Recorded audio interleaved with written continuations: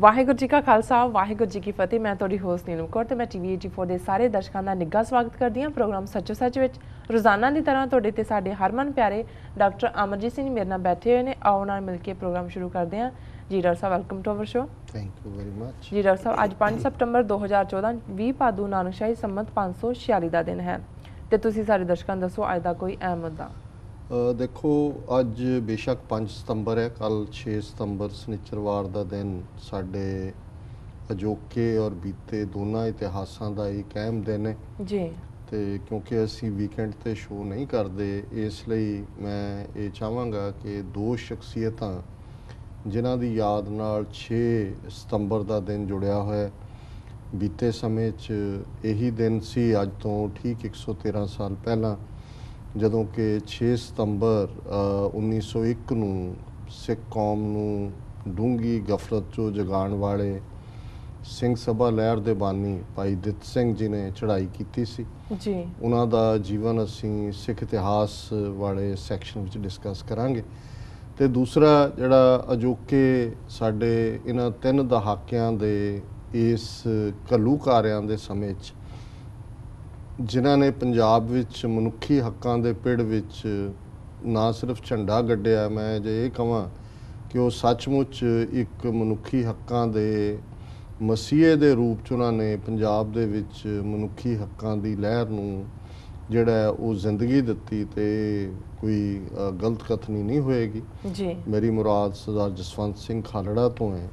ਠੀਕ 19 ਸਾਲ ਪਹਿਲਾਂ 6 ਸਤੰਬਰ 1995 ਨੂੰ ਉਹਨਾਂ ਨੂੰ ਆਪਣੇ ਘਰੋਂ ਕਬੀਰ ਪਾਰਕ ਅੰਮ੍ਰਿਤਸਰ 'ਚੋਂ ਚੁੱਕ ਕੇ ਜਿਹੜਾ ਉਹ ਬੜੇ ਟੌਰਚਰ ਕਰਨ ਤੋਂ ਬਾਅਦ ਸ਼ਹੀਦ ਕੀਤਾ ਗਿਆ, ਜਿਸ ਕਹਾਣੀ ਦਾ ਅਜੇ ਤੱਕ ਬੇਸ਼ੱਕ ਚਰਚਾ ਹੋਈ ਹੈ। ਅਦਾਲਤਾਂ 'ਚ ਕੁਝ ਦੋਸ਼ੀਆਂ ਨੂੰ ਮਾੜੀ ਮੋਟੀ ਸਜ਼ਾ ਵੀ ਮਿਲੀ ਹੈ ਜੀ, ਪਰ ਅਜੇ ਇਸ ਦੀ ਪੂਰੀ ਹਕੀਕਤ ਬਾਹਰ ਆਣੀ ਬਾਕੀ ਹੈ। ਸੋ ਇਸ ਪਹਿਲੇ ਸੈਕਸ਼ਨ 'ਚ ਮੈਂ ਸਰਦਾਰ ਜਸਵੰਤ ਸਿੰਘ ਖਾਲੜਾ, ਉਹਨਾਂ ਦੇ ਕੰਮ ਔਰ ਉਹਨਾਂ ਨੇ ਜਿੱਥੇ ਕੰਮ ਛੱਡਿਆ ਹੈ, ਅੱਜ ਅਸੀਂ ਕਿੱਥੇ ਖੜ੍ਹੇ ਹਾਂ, ਇਸ ਬਾਰੇ ਚਰਚਾ ਕਰਾਂਗਾ, ਕਿਉਂਕਿ ਇਹ ਮੇਰੇ ਲਈ ਨਿੱਜੀ ਤੌਰ ਦੇ ਉੱਤੇ ਵੀ ਇੱਕ ਜਜ਼ਬਾਤੀ ਸਾਂਝ ਵਾਲੀ ਸ਼ਖਸੀਅਤ ਨੇ, ਕਿਉਂਕਿ 1995 ਦੇ ਵਰ੍ਹੇ 'ਚ ਹੀ ਮੈਨੂੰ ਉਹਨਾਂ ਦੇ ਨਾਲ ਗੁਰਦੁਆਰਾ ਡਿਕਸੀ ਗੁਰੂ ਘਰ, ਜਿਸ ਨੂੰ ਜਿਹੜਾ ਟੋਰਾਂਟੋ ਦੇ ਵਿੱਚ ਸਥਿਤ ਹੈ, ਸਭ ਤੋਂ ਵੱਡਾ ਗੁਰੂ ਘਰ, ਉਹਦੇ 'ਚ ਸਟੇਜ ਸਾਂਝੀ ਕਰਨ ਦਾ ਮੌਕਾ ਮਿਲਿਆ। ਉਹ ਕੈਨੇਡਾ ਦੇ ਦੌਰੇ 'ਤੇ ਸਨ ਜੀ, ਉਸ ਦਾ ਵੀ ਮੈਂ ਜ਼ਿਕਰ ਕਰਾਂਗਾ। ਇਸ ਲਈ ਜਿਨ੍ਹਾਂ ਪਲਾਂ ਨੂੰ ਤੁਸੀਂ ਨਾਲ ਵੇਖਿਆ ਹੁੰਦਾ ਹੈ, ਹੰਡਾਇਆ ਹੁੰਦਾ ਹੈ, ਬੇਸ਼ੱਕ ਕੁਛ ਘੰਟਿਆਂ ਦੀ ਸਾਂਝ ਹੀ ਸੀ, ਲੇਕਿਨ ਉਸ ਦਾ ਇੱਕ ਡੂੰਘਾ ਇੰਪੈਕਟ ਹੈ ਮੇਰੇ ਮਨ ਦੇ ਉੱਤੇ।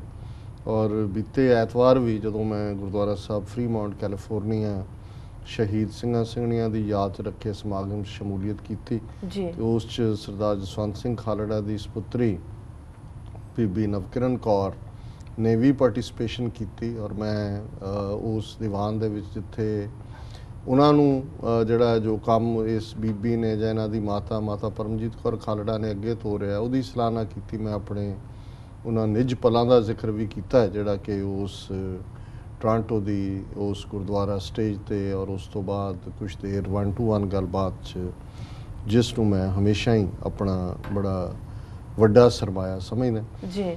ਹੁਣ ਜਦੋਂ ਅਸੀਂ ਪੰਜਾਬ ਦੇ ਹਵਾਲੇ ਨਾਲ ਗੱਲ ਕਰਦੇ ਹਾਂ, ਮਾਝੇ ਦੀ ਧਰਤੀ ਦੇ ਉੱਤੇ ਬੇਸ਼ੱਕ ਅਸੀਂ ਬੀਤੇ ਦਾ ਇਤਿਹਾਸ ਦੇਖੀਏ, ਭਾਈ ਤਾਰੂ ਸਿੰਘ, ਭਾਈ ਸੁਬੇਗ ਸਿੰਘ, ਸ਼ਾਹਬਾਜ਼ ਸਿੰਘ, ਭਾਈ ਤਾਰਾ ਸਿੰਘ ਵਾਂ, ਇਹ ਸਾਰੀਆਂ ਸ਼ਖਸੀਅਤਾਂ, ਔਰ ਇਹਨਾਂ ਦੇ ਨਾਲ ਹੀ ਜਦੋਂ ਖਾਸ ਤੌਰ 'ਤੇ ਇਹ ਜਿਹੜੀ ਤਹਿਸੀਲ ਪੱਟੀ ਜ਼ਿਲ੍ਹਾ ਲਾਹੌਰ ਦੀ ਤਹਿਸੀਲ ਸੀ 47 ਤੋਂ ਪਹਿਲਾਂ, 47 ਦੀ ਵੰਡ ਵੇਲੇ ਇਹ ਤਹਿਸੀਲ ਪੱਟੀ ਜਿਹੜੀ ਹੈ ਉਹ ਅੰਮ੍ਰਿਤਸਰ ਜ਼ਿਲ੍ਹੇ ਨਾਲ ਜੋੜੀ ਗਈ ਜੀ, ਔਰ ਇਸ ਤਰ੍ਹਾਂ ਲਾਹੌਰ ਨਾਲੋਂ ਵੱਖ ਹੋਈ।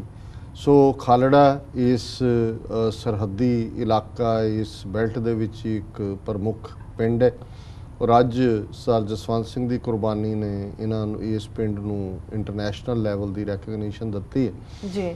ਔਰ ਇਸ 'ਚ ਕੋਈ ਸ਼ੱਕ ਨਹੀਂ ਹੈ ਕਿ ਸ਼ਹੀਦ ਜਾਂ ਜਿਹੜੇ ਯੋਧੇ ਨੇ ਉਹ ਆਪਣੀ ਉਸ ਧਰਤੀ 'ਤੇ ਹੋਏ ਬੀਤੇ ਦੇ ਯੋਧੇ, ਬਲਕਾਰ ਇਨਸਾਨਾਂ ਜਾਂ ਜਿਹੜੇ ਜਿਨ੍ਹਾਂ ਨੇ ਕੁਰਬਾਨੀ ਦਾ ਰਸਤਾ ਚੁਣਿਆ, ਉਹਨਾਂ ਤੋਂ ਪ੍ਰੇਰਨਾ ਲੈਂਦੇ ਨੇ।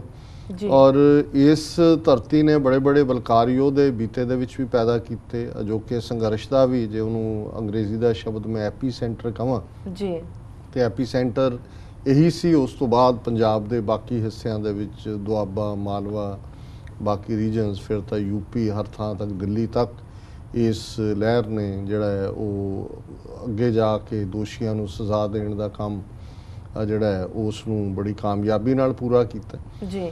ਹੁਣ ਇਸੇ ਹੀ ਧਰਤੀ ਤੋਂ ਜਦੋਂ ਅਸੀਂ ਕਿਉਂਕਿ ਮੈਂ ਸਰਦਾਰ ਜਸਵੰਤ ਸਿੰਘ ਖਾਲੜਾ ਦੀ ਉਸ ਸਪੀਚ ਨੂੰ ਯਾਦ ਕਰ ਰਿਹਾ ਜਿਹੜਾ ਉਹਨਾਂ ਨੇ ਡਿਕਸੀ ਗੁਰੂ ਘਰ ਦੇ ਵਿੱਚ ਦਿੱਤੀ ਸੀ, ਤੇ ਉਹਨਾਂ ਨੇ ਆਪਣੇ ਸ਼ਾਇਦ ਦਾਦਾ ਜੀ ਦੇ ਹਵਾਲੇ ਨਾਲ ਕਿਹਾ ਸੀ ਕਿ ਉਹ ਕਾਮਾਗਾਟਾ ਮਾਰੂ ਦੇ ਵਿੱਚ ਕੈਨੇਡਾ ਆਏ ਸਨ, ਵੀ ਕੈਨੇਡਾ ਨੇ ਤੇ ਨਹੀਂ ਸੀ ਉਤਰਨ ਦਿੱਤਾ, ਪਰ ਮੈਂ ਅੱਜ ਉਹਨਾਂ ਦਾ ਪੋਤਾ ਆਇਆ ਜੀ। ਤੇ ਜਿਉਂ ਜੇ ਉਦੋਂ ਦੇ ਹਾਲਾਤ ਗੁਲਾਮੀ ਦੇ ਚੋਂ ਕਾਮਾਗਾਟਾ ਮਾਰੂ ਚਾਹੇ ਯੋਧਿਆਂ ਨੇ ਫਿਰ ਵਾਪਸ ਜਾ ਕੇ ਕਿਵੇਂ ਗਦਰ ਪਾਰਟੀ ਦੇ ਵਿੱਚ ਉਹਨਾਂ 'ਚ ਕਾਫੀ ਸਾਰੇ ਮੈਂਬਰ ਸਨ ਗਦਰ ਲਹਿਰ ਦੇ ਲਈ, ਔਰ ਬਾਅਦ ਦੇ ਵਿੱਚ ਬੱਬਰ ਅਕਾਲੀ ਲਹਿਰ ਦੇ ਲਈ ਕੰਮ ਕੀਤਾ ਹੈ, ਕਿ ਮੈਂ ਵੀ ਇਸ ਕਿਸਮ ਦਾ ਇੱਕ ਸੁਨੇਹਾ ਉਸ ਧਰਤੀ ਤੋਂ ਲੈ ਕੇ ਆਇਆ ਆਪਣੇ ਕੈਨੇਡਾ ਵਾਸੀ ਸਿੱਖ ਭੈਣਾਂ ਭਰਾਵਾਂ ਦੇ ਲਈ ਜੀ।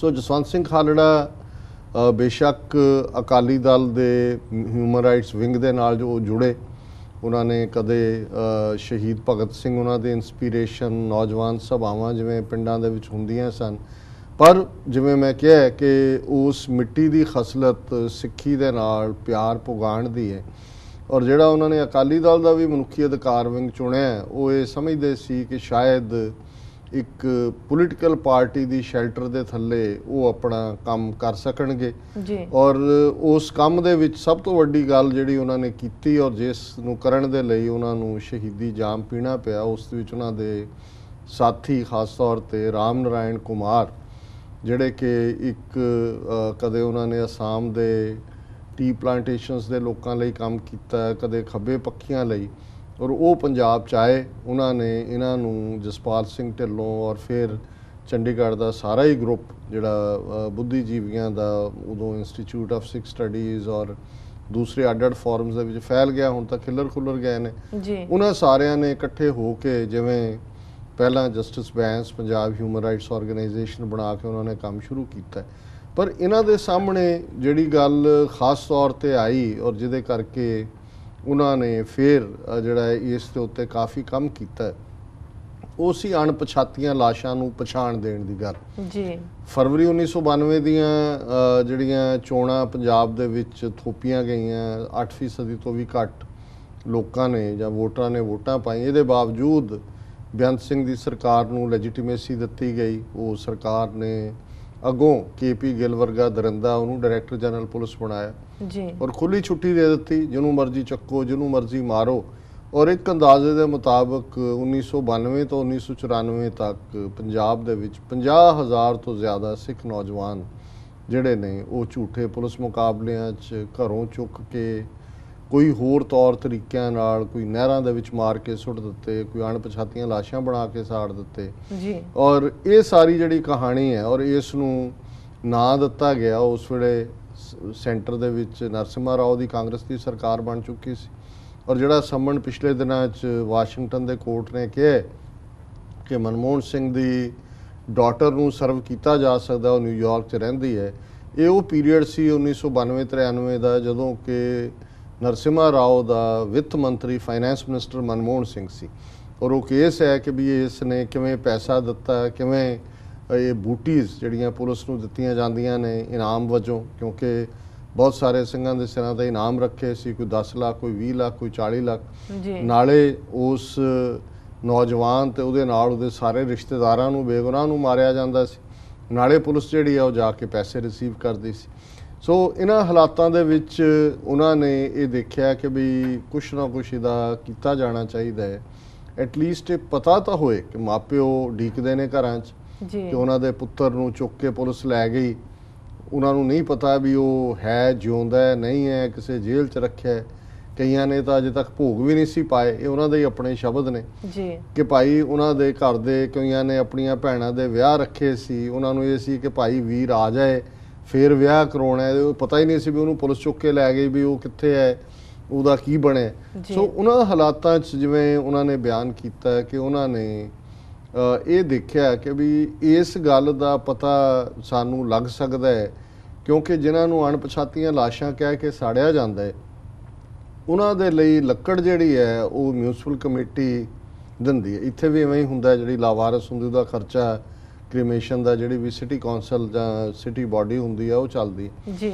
ਸੋ ਉਹਨਾਂ ਨੇ ਜਿਹੜੇ ਜ਼ਿਲ੍ਹਾ ਅੰਮ੍ਰਿਤਸਰ ਦੇ 3 ਸ਼ਮਸ਼ਾਨ ਘਾਟ, ਤਰਨਤਾਰਨ, ਪੱਟੀ ਤੇ ਦੁਰਗਿਆਣਾ ਮੰਦਿਰ ਦੇ ਪਿਛੋਕੜ 'ਚ ਵੀ ਸ਼ਮਸ਼ਾਨ ਘਾਟ ਹੈ, ਕੋਈ ਮੰਦਿਰ ਦੇ ਵਿੱਚ ਨਹੀਂ ਹੈ, ਉਹਦੇ ਨਾਲ ਲੱਗਦਾ ਹੈ, ਇਸ ਨੂੰ ਦੁਰਗਿਆਣਾ ਮੰਦਿਰ ਸ਼ਮਸ਼ਾਨ ਘਾਟ ਕਹਿ ਦਿੰਦੇ ਨੇ ਜੀ। ਉਹਨਾਂ ਨੇ ਉੱਥੇ ਜਾ ਕੇ ਲੱਕੜੀ ਦੇ ਵੇਰਵਿਆਂ ਦੇ ਥੱਲੇ ਜਿਹੜੇ ਰਜਿਸਟਰ ਹੁੰਦੇ ਨੇ ਉਹਦੇ 'ਚ ਹੁੰਦਾ ਹੈ ਕਿ ਜੀ ਫਲਾਂ ਜਿਹੜਾ ਅਣਪਛਾਤੀ ਜਾਂ ਅਨਆਇਡੈਂਟੀਫਾਈਡ ਲਾਸ਼ ਨੂੰ ਫਲਾਂ ਥਾਣੇਦਾਰ ਲੈ ਕੇ ਆਇਆ, ਉਹਦੇ ਨਾਲ ਆ ਸੀ ਔਰ ਉਹਦੇ ਜਿਹੜਾ ਸੰਸਕਾਰ ਦੇ ਲਈ ਇੰਨੀ ਲੱਕੜ ਦਿੱਤੀ ਗਈ।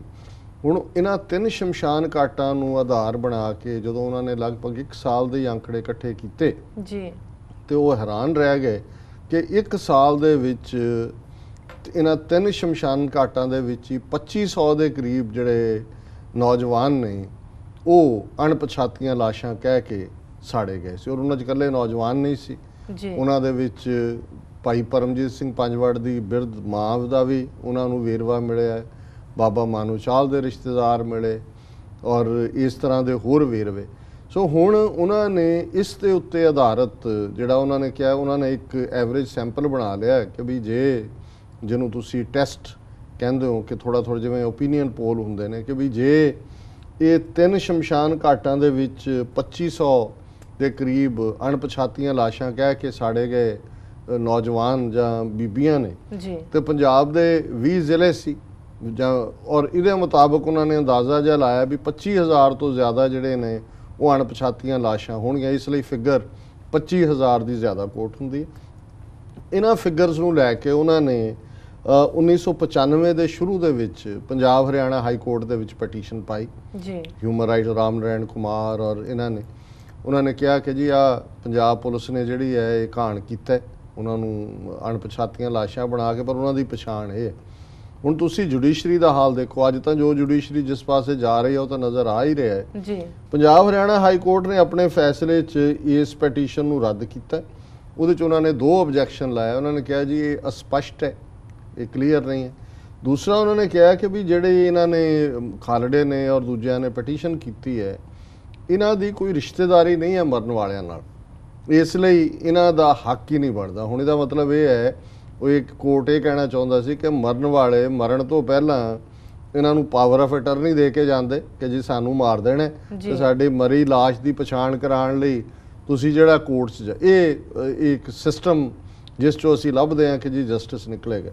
ਹੁਣ ਇਸ ਫੈਸਲੇ ਤੋਂ ਬਾਅਦ ਭਾਰਤੀ ਸੰਵਿਧਾਨ ਦਾ ਇੱਕ ਆਰਟੀਕਲ 32 ਹੈ, ਉਹਨੂੰ ਆਧਾਰ ਬਣਾ ਕੇ ਇਹਨਾਂ ਨੇ ਸੁਪਰੀਮ ਕੋਰਟ ਦੇ ਵਿੱਚ ਅਪੀਲ ਕੀਤੀ ਔਰ ਸੁਪਰੀਮ ਕੋਰਟ ਦੇ ਵਿੱਚ ਇਹ ਕੇਸ ਲੱਗਾ ਹੀ ਹੋਇਆ ਸੀ ਜਦੋਂ ਕਿ ਉਹਨਾਂ ਦਾ ਕਿਉਂਕਿ ਅਣਖੀਲਾ ਪੰਜਾਬ ਟੀਵੀ ਪ੍ਰੋਗਰਾਮ ਉਦੋਂ ਕੈਨੇਡਾ ਚੱਲਦਾ ਸੀ, ਸਰ ਸੁਖਵਿੰਦਰ ਸਿੰਘ ਹੰਸਰਾ ਉਹਦੇ ਹੋਸਟ ਸਨ। ਸੋ ਉਹਨਾਂ ਨੇ ਪ੍ਰੋਗਰਾਮ ਰੱਖਿਆ ਅਣਖੀਲਾ ਪੰਜਾਬ ਦੀ ਐਨੂਅਲ ਐਨੀਵਰਸਰੀ 19 ਸਾਲ ਪਹਿਲਾਂ, ਔਰ ਡਿਕਸੀ ਗੁਰੂ ਘਰ ਟੋਰਾਂਟੋ ਰੱਖੀ। ਉਹਨਾਂ ਨੇ ਖਾਲੜਾ ਸਾਹਿਬ ਨੂੰ ਇਨਵਾਈਟ ਕੀਤਾ, ਮੈਨੂੰ ਵੀ ਇਨਵਾਈਟ ਕੀਤਾ, ਮੈਂ ਉਸੇ ਪ੍ਰੋਗਰਾਮ ਦੇ ਲਈ ਗਿਆ ਜੀ।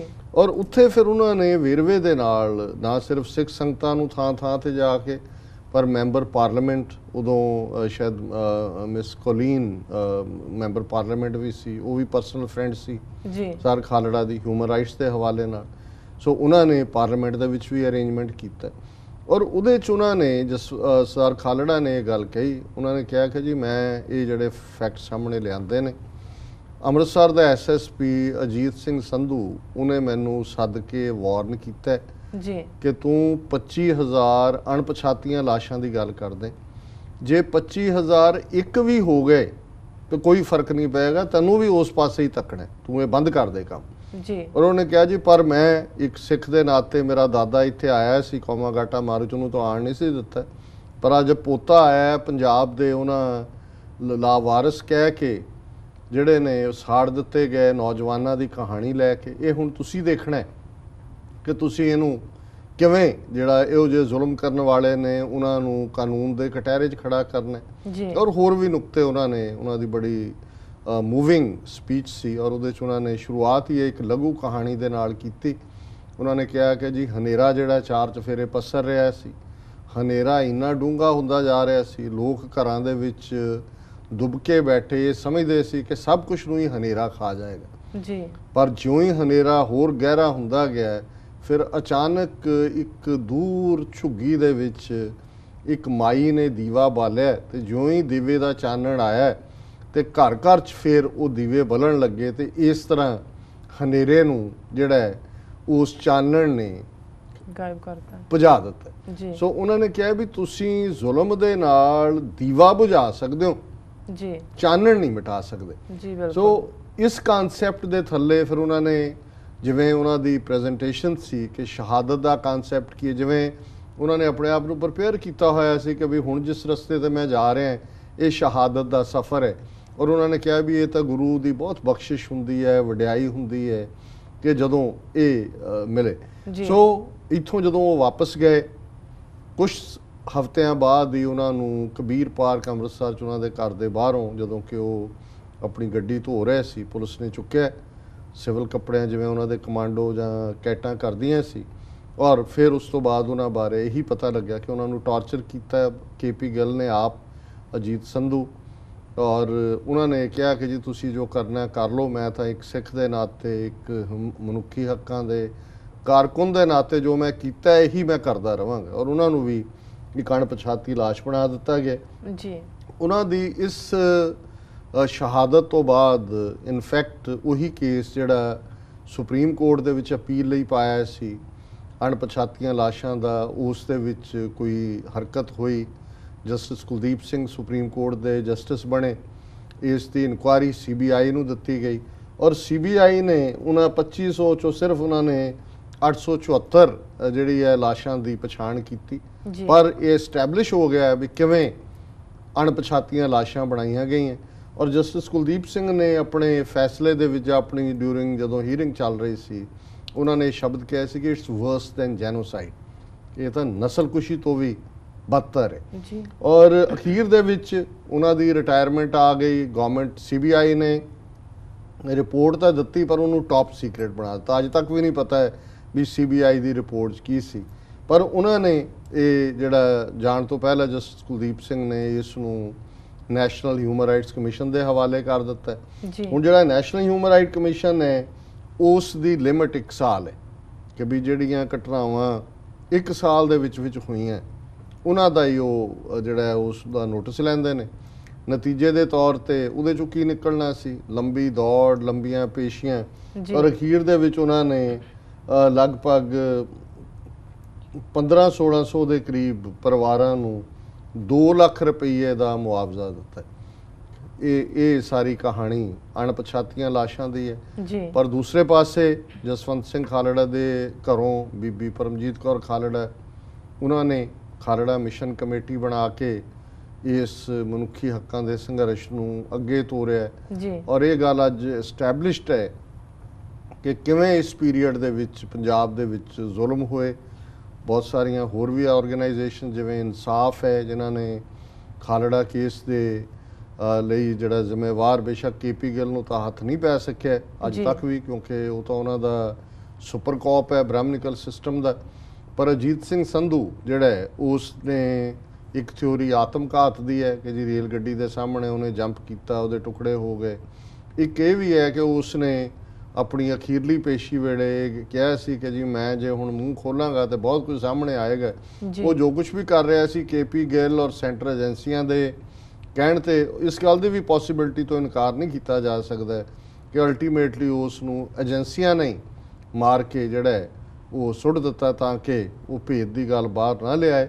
ਹਾਲਾਂ ਕੁਝ ਸਮਾਂ ਪਹਿਲਾਂ ਇਹ ਵੀ ਇੱਕ ਗੱਲ ਉੜੀ ਸੀ ਕਿ ਜੀ ਉਸ ਨੂੰ, ਅਜੀਤ ਸੰਧੂ ਨੂੰ ਕੈਨੇਡਾ 'ਚ ਦੇਖਿਆ ਗਿਆ ਕਿਤੇ, ਕਿ ਵੀ ਹੋ ਸਕਦਾ ਹੈ ਵੀ ਉਸ ਦਾ ਥੋੜ੍ਹਾ ਬਹੁਤ ਹੁਲੀਆ ਬਦਲ ਕੇ ਜਿਹੜਾ ਉਹਦੀ ਥਾਂ ਕੋਈ ਹੋਰ ਲਾਸ਼ ਸੁੱਟ ਕੇ ਜਾਂ ਕਿਸੇ ਹੋਰ ਨੂੰ ਮਾਰ ਕੇ ਕੀਤਾ ਹੋਏ, ਐਵੇਂ ਏਜੰਸੀਆਂ ਕਰਦੀਆਂ ਨੇ ਜੀ। ਸੋ ਇਹ ਕਹਾਣੀ ਮੈਂ ਸਮਝਦਾ ਹਾਂ ਵੀ ਸਰ ਜਸਵੰਤ ਸਿੰਘ ਖਾਲੜਾ ਦੀ ਸ਼ਹਾਦਤ ਨਾਲ ਅਣਪਛਾਤੀਆਂ ਲਾਸ਼ਾਂ ਦੀ ਕਹਾਣੀ, ਦਾਸਤਾਨ ਦਾ ਮੁੱਢ ਵੱਜਦਾ ਹੈ।